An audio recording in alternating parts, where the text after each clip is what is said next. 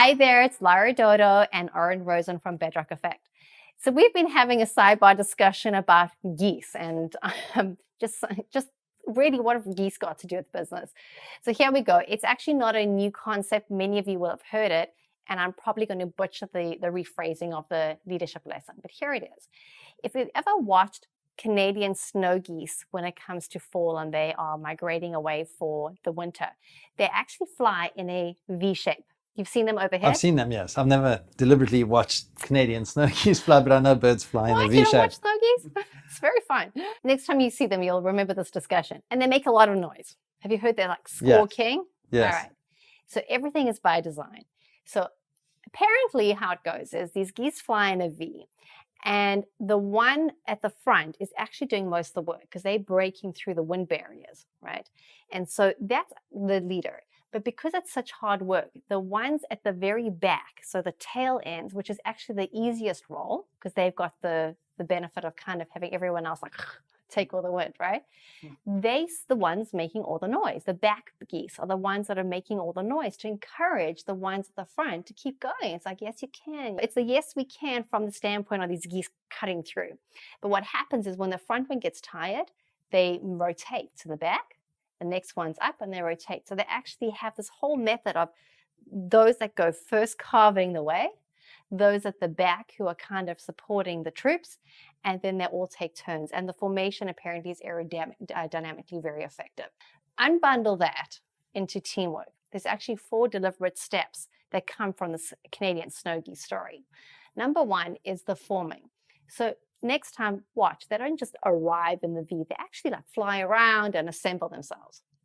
There's the forming of the team. Number 2, there's the norming, where they all kind of get into place, right? And now they're starting to fly. But some of them fall out of place, and they're like, if you watch, they're like a little bit discoordinated. So there's a little bit of storming that goes on. It's not really good. And suddenly they figure it out, and they lock, stock, and sink, and they perform, and they fly. I'll breathe. Yeah, that's great. Unbundle. No, I love it. I love it because it definitely resonates to how you build a team, right? Like in the beginning, where everybody, well, as the early founders, you're doing everything. And Right. It's a little bit chaotic, and you start getting on more clients and more business, and hopefully you're doing the right thing. So you're selling, so that's happening. Yeah. So it is chaotic. But then people start to settle into their different roles. So you're starting to take on, maybe you'll bring on a CFO, or you'll do an outsourced CFO, or sort of bring on different services. And then ultimately it leads to the performing. And for me, the performing is where everybody understands their value that they contribute, what they're good at, and then surrounding themselves by other people that can pick up the stuff that they're not good at. So it's the do what you do best and outsource or delegate the rest, basically. Exactly. But it takes a process to be able to get to that. So no, I think it works really well for me. I think it perfectly describes the stages of growth with companies. And what I see with that is there's companies that sort of hit ceilings in terms of their growth. And we work with a number of companies like this that often the CEO can't make that mental shift, because I related to that first leader. Yes. Geese.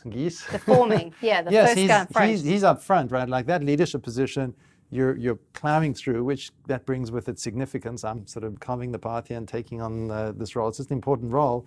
You got to be obviously one of the strong geese to be able to do that.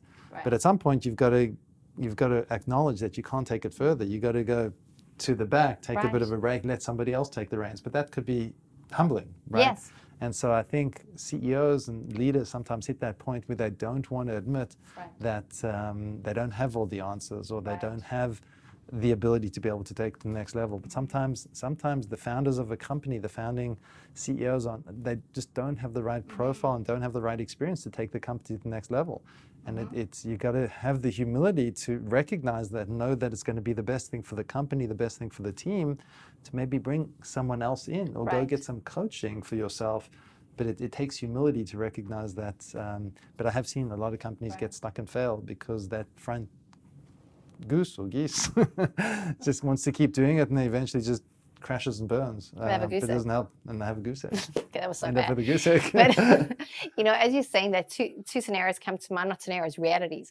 I think of all the many startup conferences that you and I attend, one of the most common things we hear from the investor community and giving feedback to the startup founders. And these are highly innovative biotech, medtech, disruptive technologies is great, go and hire a CEO, right?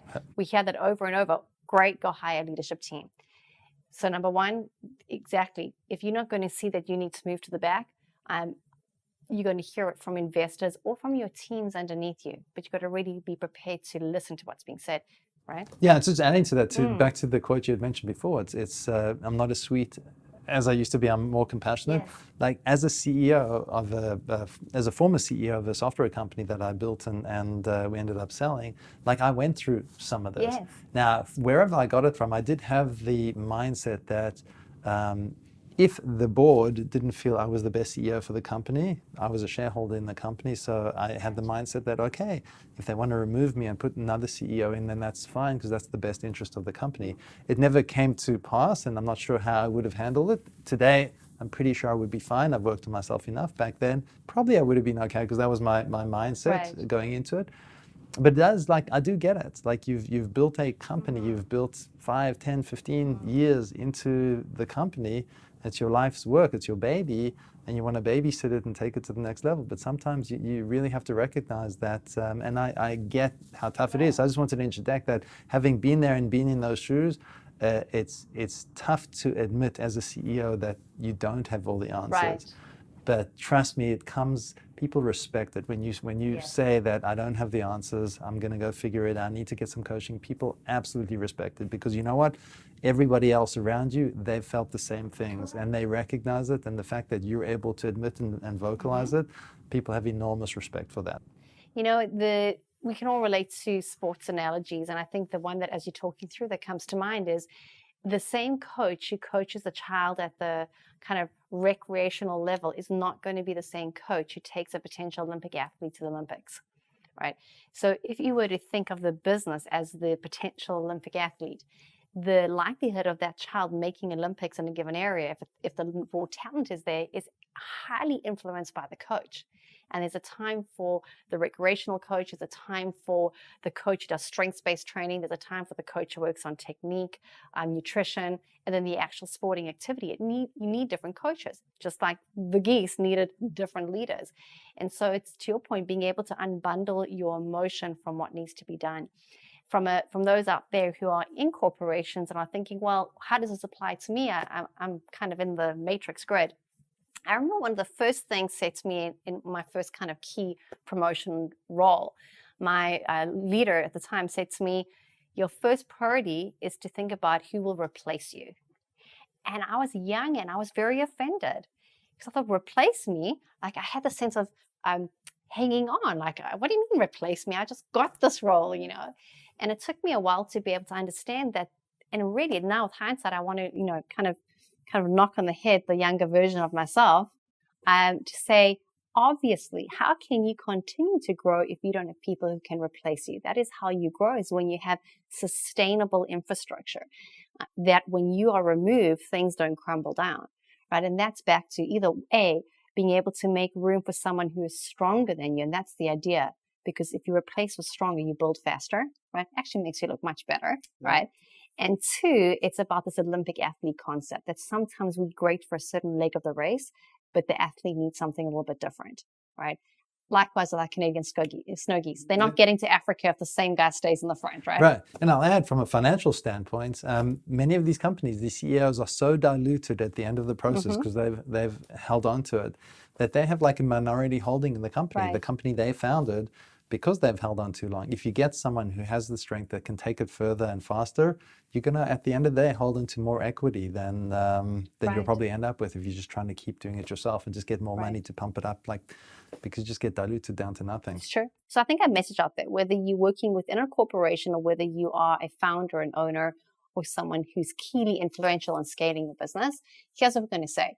4 steps. Think of the geese, and you'll never look at geese the same way again, right? So to avoid a goose egg, number 1, formation. Have you got the right key strength around you? Are you surrounded by high integrity, high quality individuals who will help you take the race to the next level? Number 2, norming. It's going to get bumpy, right?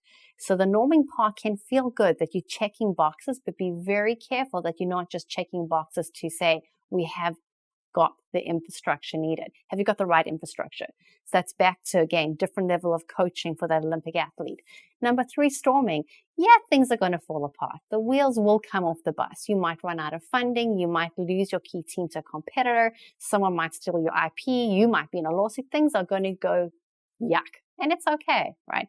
If you've got the right team who you formed with, right? And if you've actually done the right norming, that means building your operational infrastructure and right business practices, your storming will be awesome and you'll be now performing. You're going to have a team that's going to get to the end field, whether you are leading the charge or whether you're the CEO who's taken a step back to be watching this investment grow and flourish. It is all good. So be brave, dig in, and don't forget to follow Bedrock Affect to learn more startup hacks and career hacks.